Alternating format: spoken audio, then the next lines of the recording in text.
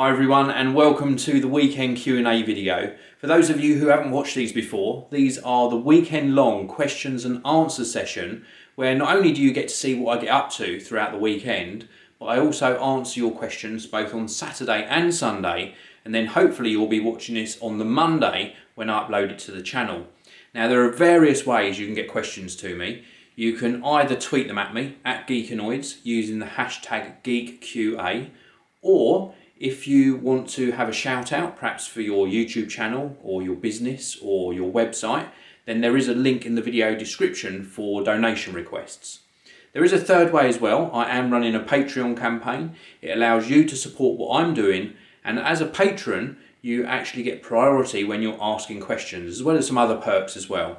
So anyway, I'm going to take a seat and then get on with this weekend's questions. And I've had a lot come in already, so thank you very much to everyone who has actually asked questions. I really do appreciate it. Now the first question comes from Andrew Horgan, who asks, what would be the best camera for around £200, and do you think everyone will have 4K televisions in the near future? Well, first of all, best camera for around £200.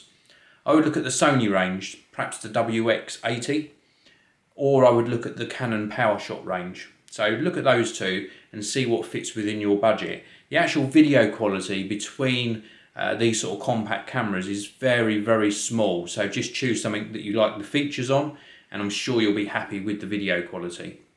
With regards to 4K televisions, you say in the near future. I think it's going to be a little bit longer than the near future. I would say they will be more commonplace in the next 2 to 3 years, because prices will drop and then people will opt for 4K television over and above a standard 1080p version. Great question though, really do like that one. David McCormick asks, I have a few Region 1 Blu-ray DVDs. Is there a TV Blu-ray player that can play both Region 2 and 1 Blu-ray DVDs? Well, if you go to a regular retailer, somewhere like Currys or PC World, or let me try and think of another place that you can buy in a shop now, since Comic closed down. Let's say somewhere like Argos or somewhere like that. You would normally only be able to buy a Blu-ray player that will play discs from the region that you live in. You can go to places like Richer Sounds, and I'm pretty sure they sell multi-region Blu-ray players. Or in fact, if you look online, a lot of the online retailers, you have the option of buying just a standard region for wherever you're living, or you can opt for the multi-region option for an additional cost. So yes, you can, but you'd have to shop around for that. Next question is from Alexandra Paranormal. This will be my last question. Oh my goodness, don't make it your last question. Keep on asking them. I'm always happy to answer your tech questions. Should I get a Sony WX80 wide angle kit from HD Hat, or go for the latest GoPro Hero 3 Plus for vlogging? Well, that is a really good question. It depends on if you like the slightly distorted video that comes out of the GoPro Hero 3 Plus. You can choose different angles for the lens to capture video in, and the wider the angle, the more sort of bowed at the edges the video will actually get. So it depends if you like that look. The video clarity is very, very good. Using it as a full-time vlogging camera? Maybe, maybe not. Again, it depends on your taste in video. And again, if your audience like that look as well. For me, out of the two options you ask about, I would go for the WX80 and the wide angle kit. I think that would be a lot more flexible and the video quality would be better for this style of video. Next question is from Lee Peterson. Thoughts on the 5C, meaning the iPhone 5C. Personally, I use one every day and love the feel of the plastic and rounded corners over the 5S. Well, that's a very, very good point you've made there. Now, I've reviewed both the iPhone 5C and the iPhone 5S that I've got here at the moment. This is my daily driver, or my daily phone I use every single day. And I like the features of the iPhone 5S better than the iPhone 5C. It is a more premium product and a high price product, which I think is sort of justified paying a premium for this. But I must admit, when I reviewed the iPhone 5C, I did like the sort of almost pebble shaped rounded corners on that particular device, and it's a very high quality plastic that they use as well. So I think between the two, if you're not bothered about the extra features that the 5S brings to the table, the iPhone 5C is an awesome, awesome device. And I did agree with you there. I do like the feel of the plastic in preference to these slightly sharper corners on the iPhone 5S. Next question is from Miguel Grappetta. Do you use a repeater for your router? If yes, which one do you use? Well, I'll let you know what I've got set up here. I've got Virgin Media broadband. It's 100 megabits per second down and about 10 megabits per second up, speed-wise. And that's connected to my cable broadband, so fibre optic. And then within the building, I've also got two Apple devices. So I've got the Airport Extreme base station and the latest time capsule as well. And both of those act as extenders to my Wi-Fi network. I've got them actually set up as different access points. So you do have to switch between access points as you move around. And I find that was better because it gives me a greater overall throughput speed because of the variety of devices that are connecting to them. So that's how I've got it set up. But yeah, it's all Apple products. Next question is from Heidi. Do you think the Nokia has the best camera? Also, which smartphone has the best screen so far this year? Cheers, Dave. Well, the first one about Nokia, if you've been watching my videos over the last couple of weeks, you'll know that I got my own personal Nokia Lumia 1020. I reviewed pretty much all of the Nokia Lumia range, and that particular one's got a 41 megapixel camera, and I think it has got the best camera, and I mean the best camera on a smartphone currently available. It is fantastic. It does a much better job than the iPhone 5S. Even though the iPhone 5S is awesome camera-wise, the Nokia Lumia 1020 is the one to beat. That is the one I would choose if it was purely for the camera performance. And you say which has got the best screen so far this year? Well, you're not going to like the answer to this, a lot of people, but I like the screen on my iPhone 5S. Let me just go back to my home screen. So this is my iPhone 5S, and I still think that no one has beaten the quality of the screen on this device. Yes, you've got higher resolutions. Yes, you've got different technologies. And yes, some people might argue better viewing angles on certain screen technologies, but I still come back to this and still don't think anyone has quite beaten it. So I would like it slightly larger. I'd be lying if I didn't say that, but I still think it is the best screen quality. Next question is from Techius. What are your thoughts on YouTubers buying products just for the purpose of making money and then selling it afterwards?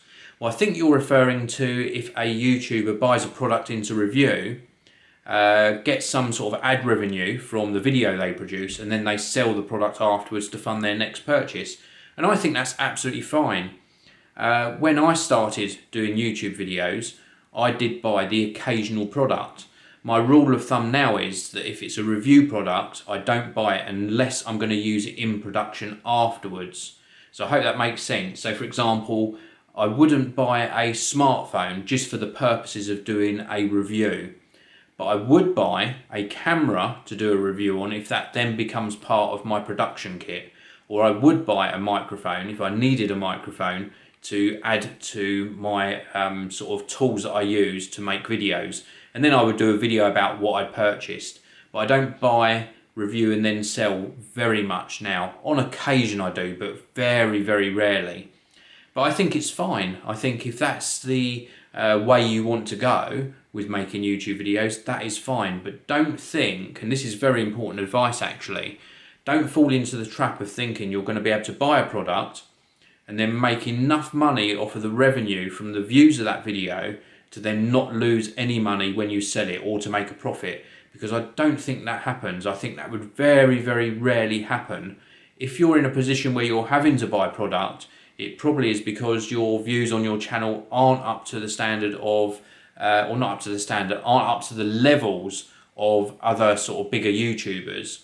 So you might feel the need to buy a product to cover something, but you will end up losing money if you do that a lot.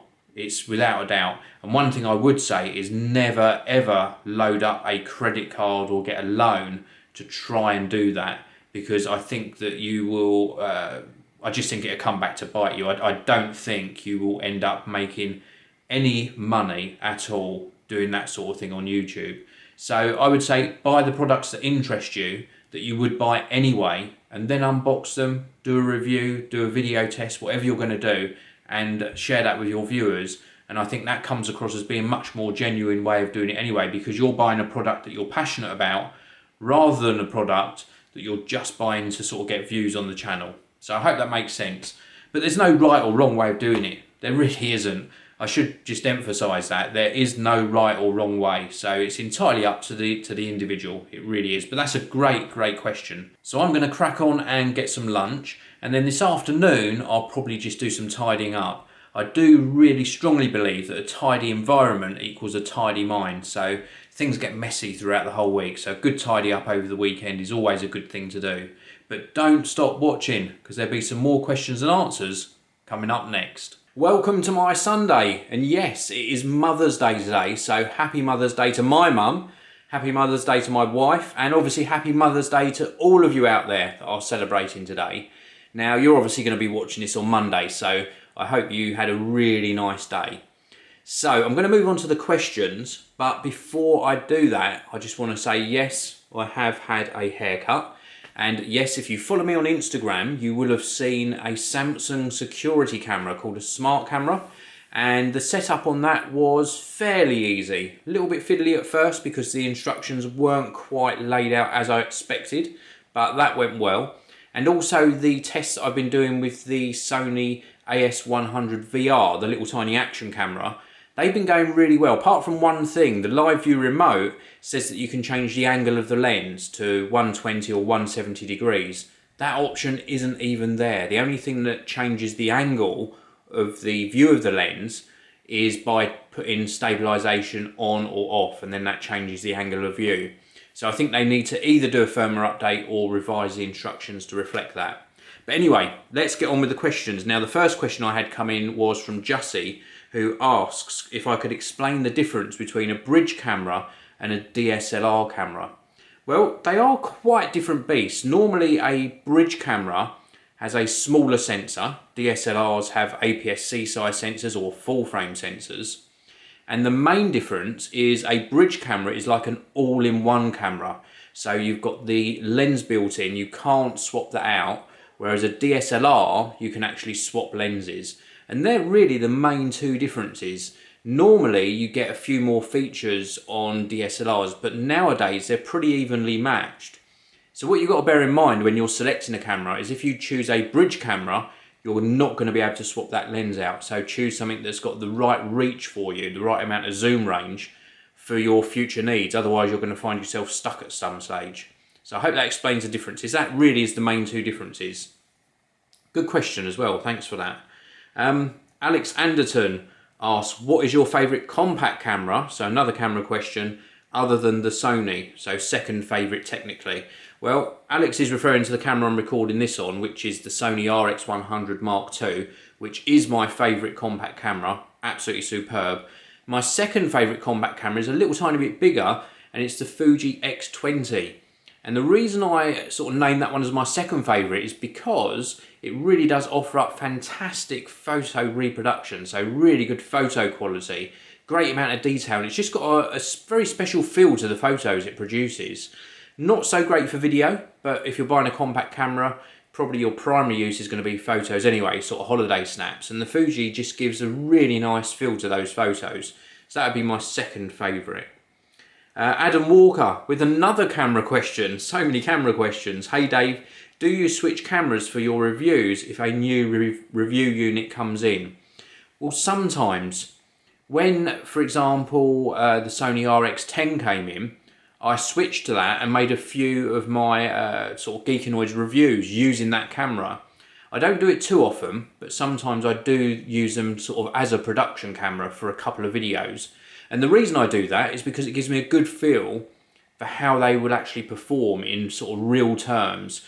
And I think it's a good idea to actually sort of use it in this production environment so that I can share that information with you when I actually record the full review. So from time to time I do, but not every time. Next question is from Jacob, who asks, can I expect one long blog or video captured by your Lumia 1020? Now, I wasn't planning on doing that, but that is a really good idea. So thank you for that question. I will capture one of my daily videos completely with the Lumia 1020, probably in the next couple of weeks. So do watch out for that. Next question is from Richard, who asks, do you still use your autographer and what do you think of it? I'm thinking of buying one soon. Now, for those of you who haven't watched the Geekanoids channel for a long time, I unboxed and did a first impressions of an autographer, which is like a camera that you wear sort of here or on a lanyard or even on a belt clip, or you could attach it anywhere. You can even put it on the dashboard of your car if you so wish. And the idea is it takes photos at regular intervals and then sort of captures your day as it progresses, sort of like a photo diary of your day. Now, my intention when that came in was to use that on a daily basis and wear it all the time. But what I actually found in real world use is that it was too big. The photo quality was not really up to par. It was okay, it was acceptable, but you're looking at the photo quality that maybe a smartphone would have produced maybe, I don't know, 5 or 6 years ago. It wasn't that great. And also, I just didn't get on with it. It was the actual logging of the photos and then going into the app, it had to connect each time. It just didn't fit into my lifestyle. So I'd be very wary if you're considering buying that. It's quite a big investment. I think they're about £299 or 250 thereabouts. I can't remember the exact pricing, but just consider, will you use it all the time? And will you be satisfied with the very low resolution photos? For me, I know it's a different way of taking photos, but I would buy a compact camera and just have that with me all the time, like a very thin, small compact camera that's maybe between 10 and 12 megapixels, something like that, or your smartphone. And even your smartphone will take better photos than the autographer. So I would maybe consider doing that. Just my advice, but if you want to give it a go, it's still an interesting product. And then the last question for this weekend's Q&A session is from Android Man Production, who asks, do you do all your end annotations yourself, or do you use an app to do it? If so, what's it called? Keep up the good work. Well, thank you very much. I hope I will keep up the good work for you guys and girls. With regards to the annotations, you're referring to the end screens on my videos, so where I ask you to click through to see another video or click through to subscribe to the channel. Sort of like a call to action they're referred to. And those end screens, yes, I do produce them myself, and I use Adobe Photoshop Elements or Adobe Photoshop Creative Cloud. That's what I use to create them. I create them at 1920 by 1080 size at 72 dpi, and then when I'm editing the video in Final Cut Pro 10, I put the end screen on and the voiceover to ask that call to action to happen. So it's quite effective. I did them about 2 or 3 years ago, and it had a really good effect to the videos and tracked very well. And then I stopped for a while because it sort of tailed off. And then I did it again because, I don't know, just the way I was producing videos allowed me to do it sort of fairly easily, and it fits into my workflow nicely now. And it does give people the option just to click through and watch a random video. So I think it's a good thing. And I hope you like the design as well. If you've got any suggestions for new end screens, then obviously please do let me know. I take all the feedback on board. And I even though Geekanoids is my channel, I do regard it as your channel as well, because you mould the type of content on here by the feedback I get, either consciously or subconsciously. I changed the content over time to evolve into something that you guys and girls like to watch. So I hope that makes sense. Not exactly what you asked for in the question, but thank you for the question nonetheless. So that's it for this weekend's Q&A session. As I said, today is Mother's Day. We're going out for a meal at lunchtime, which is for my wife. So my children are treating her to a nice meal. And then this evening we're picking up my mum, who is 82 or 83 years old now. I really should know, shouldn't I? I should know how old she is. But still, we're going to pick up my mum, and we're going to do a nice sort of high tea. So tea, sandwiches, and maybe some scones and jam and cream, that sort of thing. So hopefully that'll give my mum a nice sort of day as well. Today's a remembering day. too, because it's the actual anniversary of my father passing away. So mixed emotions today, because I'm remembering my dad, but at the same time, I've also sort of conscious that I want to make my wife and my mum's day happy as well, which is a bit difficult when these two dates sort of intertwine. But still, it happens. It's nice to remember. It's not all sad. It's a time for remembering the good times after all. And that is my day. That is my day. I'm not going to do any more work today because I've been working so hard, and next week is going to be a very, very busy week for me. So anyway, in the comments section, let me know what you think of those end screens on the videos, and also let me know what you got up to for this weekend and whether you did something special for Mother's Day. So thanks very much for watching. Hit that like button, and I'll see you all in the next one. Thanks so much for watching the video. If you'd like to watch another amazing video from me, please do click that top box. And if you want to subscribe to my geeky channel, click the red box on the bottom of your screen now. Thanks for watching. I'll see you next time.